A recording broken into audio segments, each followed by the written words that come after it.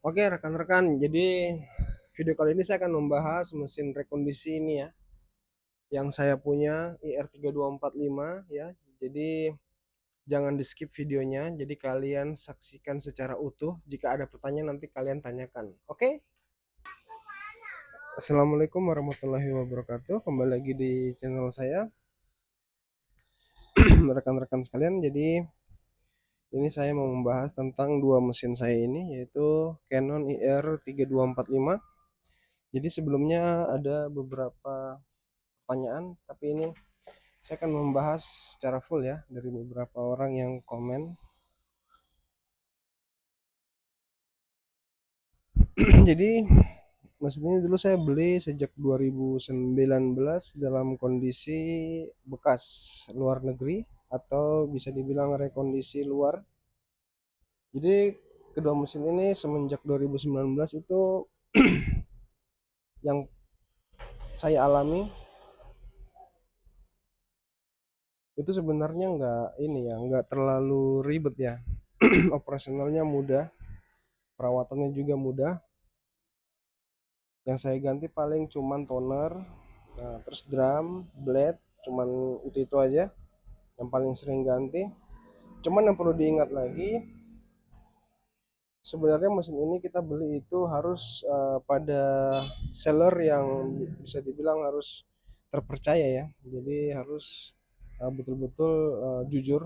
Jadi kalau mesin ini kenapa-kenapa dia harus cerita, dia harus beritahu ya. Jadi kalau ada kekurangannya apa, masalahnya di mana, dia jelaskan memang. Jadi kalau macam mesin ini betul-betul impor, ya impor. Jadi kalau lokal ya lokal gitu. Jadi dia betul-betul harus jelas di awal. Jadi nggak belibet, nggak istilahnya nggak bohong di awal. Nah, jadi untuk kedua mesin ini berbeda, berbeda juga masalahnya ya.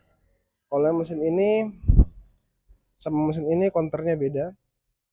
Kalau mesin ini konternya waktu saya beli itu masih di sekitaran 200 ribuan. Kalau yang ini itu di kisaran 600 ribuan gitu. Jadi kalau saya perhatikan yang ini malah counter scan yang banyak ya. Ini counter scan banyak. Jadi di pemakaian tahun kedua kalau nggak salah ini CCD-nya kena. Ya ini CCD-nya kena, makanya eh, ganti CCD karena pada saat user yang pertama yang membeli mesin ini itu dia menggunakan banyaknya itu di scan. Jadi scannya itu sekitar 400 ribuan apa scannya ini, counter scan, jadi sudah tinggi sekali gitu. Jadi CCD-nya yang kena, sedangkan yang ini aman. Jadi ini yang banyaknya itu dicetak, jadi ngeprint. Ini ngeprintnya itu counternya sudah di 600 ribuan waktu saya 2019 beli mesin ini. Jadi counternya sudah tinggi, counter cetak ngeprint ya, bukan fotokopi tapi ngeprint. Jadi CCD-nya yang ini malah aman. Nah, adapun CCD itu saya dapat di harga 800 ribuan. Jadi itu copotan ya. Jadi spare partnya nggak ada yang original. Jadi copotan. Terus kendala yang saya alami mungkin dari faktor eksternal mesin ya. Jadi mesin ini pernah kemasukan serangga cicak ya, serangga tawon ya. Jadi pernah kena di bagian power supply. Jadi ini power supply sudah ganti 2 kali ya. Jadi gara-gara faktor eksternal dari luar, bukan dari mesin ini sendiri, melainkan dari luar.